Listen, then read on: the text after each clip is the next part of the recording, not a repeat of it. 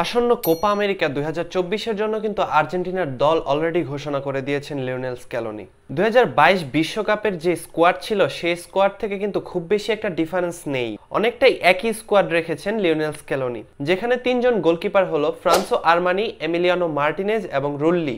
স্কোয়াডে কিন্তু 11 জন ডিফেন্ডারের নামও রাখা হয়েছে, যারা হলেন Marcos Acuna, Balerdi, Valentin Barco, Lisandro Martinez, Nahuel Molina, Gonzalo Montiel, Nicolas Otamendi, German Pezzella, Lucas Martinez, Cristian Romero এবং নিকোলাস টেগলিয়াফিকো। তার সাথে স্ক্যালোনি কিন্তু 8 জন মিডফিল্ডার রেখেছেন, যারা হলেন Valentin Carboni, Rodrigo de Paul, Enzo Fernandez, Lo Celso, Mac Allister, Exequiel Palacios, Leandro Paredes এবং Guido রদ্রিগোয়েজ।